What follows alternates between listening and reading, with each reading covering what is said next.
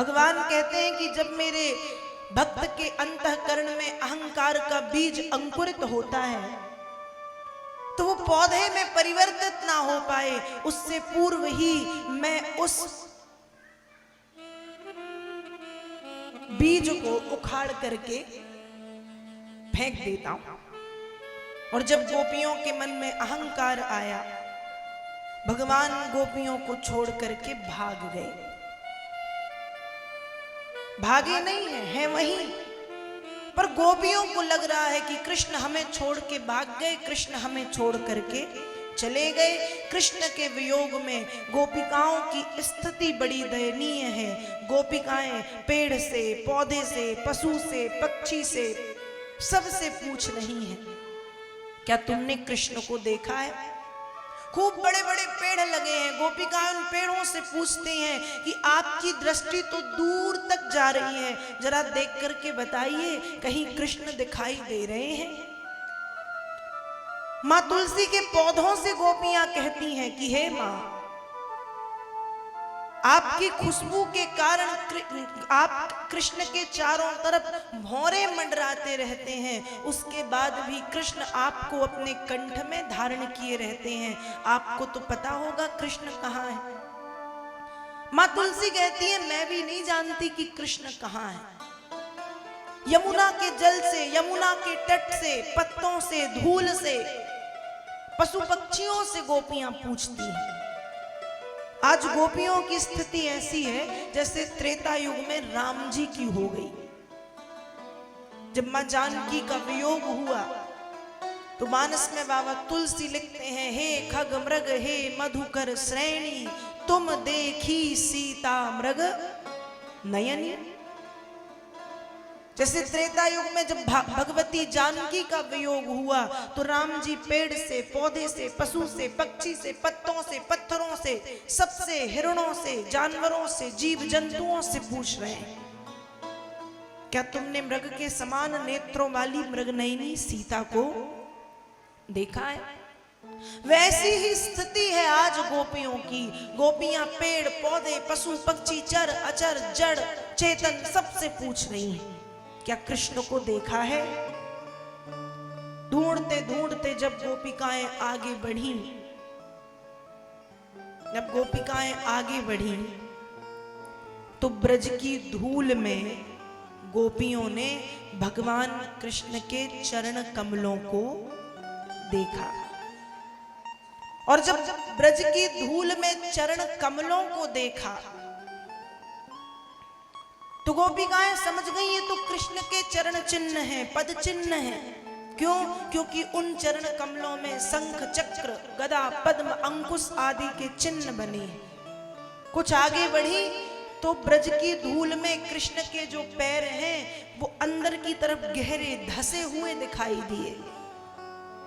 गोपियां समझ गईं यहां से कृष्ण अपनी आराधिका श्री राधा रानी को गोद में लेकर के भागे।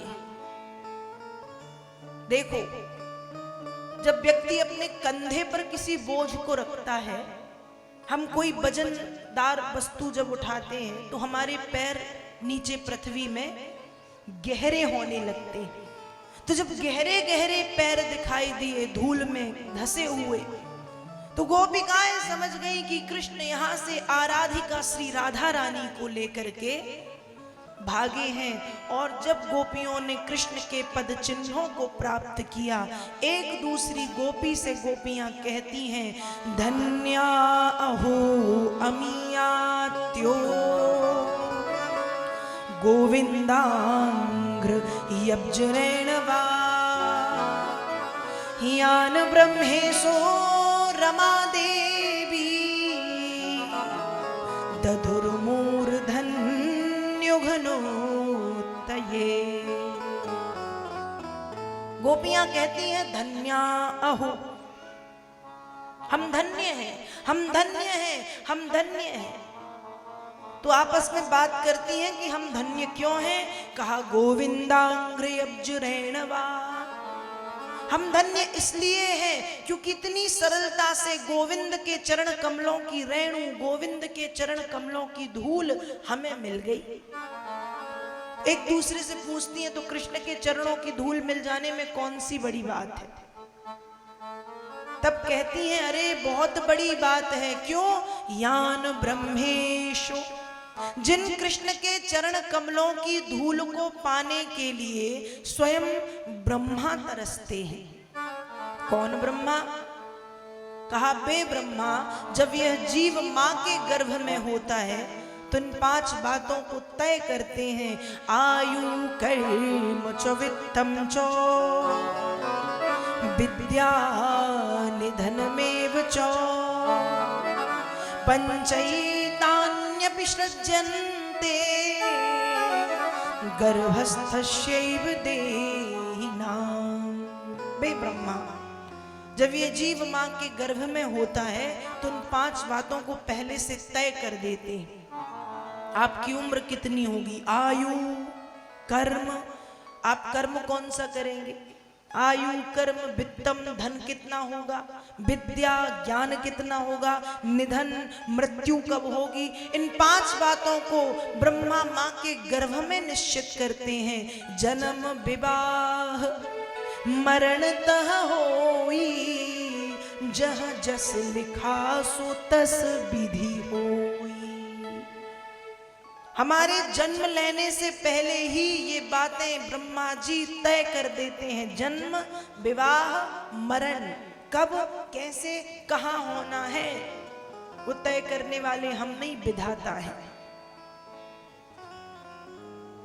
तो गोपियां कहती हैं यान ब्रह्मेशो, जिन कृष्ण के चरणों की धूल को पाने के लिए स्वयं ब्रह्मा तरसते हैं। महेशो, महेश कहते हैं भगवान शंकर को। कौन महेश? कहा वे देवादिदेव महादेव भूत भावन जो संपूर्ण संसार के गुरु हैं। कस्तम चराचर गुरुम, संसार के गुरु। निर्वैरम शांत विग्रहम, निर्वैर है, शांति की प्रतिमूर्ति है। बे भोलेनाथ भी गोविंदांग्रयब्जनेन वह, कृष्ण के चरणों की धूल को पाने के लिए शंकर भी तरसते हैं। और रमा देवी, रमा देवी कहते हैं लक्ष्मी को। अब लक्ष्मी मैया तो सदैव नारायण के पैरों के पास बैठ के उन चरणों की सेवा करती रहती हैं। पर कहा कि ऐसी मां लक्ष्मी जो क्षीर सागर में नारायण के चरणों के समीप में बैठ के निरंतर उन चरण कमलों की सेवा करती रहती है, जो उन चरणों की दासी हैं, वे लक्ष्मी भी गोविंदांग्रयब्जनेन वह, गोविंद के चरणों की धूल को पाने के लिए लक्ष्मी भी तरसती हैं। तो गोपियां क्या कह रही हैं? हम तो भाग्यवान हैं जो इतनी सरलता और सहजता से हमें कृष्ण के चरणों की धूल मिल गई। देखो भैया, भगवान के चरणों की धूल का बड़ा महत्व है। और ये महत्व किसने समझा? त्रेता युग में ये महत्व केवट ने समझा। जब राम जी गंगा तट पे पहुंचे और केवट से कहते कि भैया गंगा पार करा दो नाव में बिठा के, तो केवट क्या कहता है? सरकार, पूरी दुनिया के लोगों को गंगा पार कराऊंगा सिवाय आपके। अब राम जी बोले तेरी मेरी कोई दुश्मनी है भैया? कहा नाना, दुश्मनी? कैसी दुश्मनी? मैंने तो देखा भी पहली बार है आपको। तो राम जी बोले जब देखा पहली बार है, कोई दुश्मनी नहीं है, तो तुम मुझे गंगा पार क्यों नहीं कराओगे? केवट कहता है सुनो सरकार, मैंने भले आपको पहली बार देखा है, लेकिन आपके चरणों में जादू है, ये मैंने बहुत सुना है। राम जी बोले मतलब? कहा सरकार, मैंने यह सुना है कि आपके पैरों में जादू है। जब आपके पैर एक पत्थर पर स्पर्श कराए गए तो वह पत्थर भी सुंदर नारी में परिवर्तित हो गया। तो ठाकुर जी, ये मेरी नैया तो काठ की है, लकड़ी की, और मेरी नैया यदि नारी बन गई तो खाऊंगा क्या? और जो घर पे एक और पत्नी बैठी उसको खिलाऊंगा क्या? और दूसरी बात है, दो दो हो जाएंगी तो लड़ेंगी अलग, तो शांति और भंग होगी। एक से ही जीवन में काफी अशांति है, दो दो होंगी तो फिर तो मुझे घर ही छोड़ना पड़ेगा। इसलिए नाना सरकार क्षमा करो, मैं आपको गंगा पार नहीं करा सकता। राम जी ने कहा भैया करा दो। जब 2-3 बार कहते हैं राम जी, तो केवट कहता है ठीक है प्रभु, एक शर्त पर। शर्त क्या? कहा सबसे पहले गंगा जल से रगड़ रगड़ के तुम्हारे चरणों को धोऊंगा और 3-4 बार उस जल को पीऊंगा। यदि मुझे कुछ नहीं हुआ तो केवट भी आपका और केवट की नाव भी आपकी। रगड़ रगड़ के गंगा जल से राम जी के पैर धोए, खूब 4-5 बार जल पिया। जब जल पिया, संतुष्टि हो गई, तब केवट ने राम जी को नाव में बिठा के गंगा पार करा दी। अब जब राम जी गंगा पार हुए तो केवट को उतराई देते मुद्रिका एक अंगूठी कि ये लो भैया। केवट कहता है सरकार आपने वो कहावत नहीं सुनी? राम जी बोले कैसी कहावत? कहा हमारे यहाँ कहावत है, नाई सेना नाई लेत, धोबी सेना धोबी। एक सा कर काम करने वाले आपस में लेन देन नहीं करते। राम जी बोले तो तुम केवट हो, मैं थोड़ी केवट हूं। केवट कहता है अरे आप नहीं जानते, आप भी केवट हैं। राम जी ने कहा अब तो लक्ष्मण सही कह रहा था, ये पागल है, मुझे ये केवट कहता है। केवट कहता है सरकार फर्क इतना है कि मैं गंगा पार कराने वाला केवट हूं और आप भव सागर से पार कराने वाले केवट हो, पर केवट तो आप भी हो। यदि उतराई देनी है तो सिर्फ इतनी कृपा कर दो, जब आप मेरे घाट पे आए तो मैंने आपको गंगा मैया पार करा दी। जब मैं आपके घाट आऊं तो आप मुझे भव सागर से पार करा देना। कर दी जो भव पार प्रभु, जब घाट तुम्हारे आई हो। ये केवट कहता है। तो राम जी के चरणों की धूल के महत्व को केवट ने समझा। राम जी के चरणों की धूल के महत्व को देवी अहिल्या ने समझा। गौतम नारी श्राप वस उपल देह धरि धीर, चरण कमल रज चाहती, कृपा सिंधु रघुबीर। अहिल्या क्या चाहती हैं? चरण कमल रज, राम जी के चरणों की धूल। और आज गोपियों को जब ब्रज की रज में कृष्ण के चरणों की धूल मिल गई तो गोपिकाएं कहती हैं गोविंदांग्रे अब्जुरेण वहा।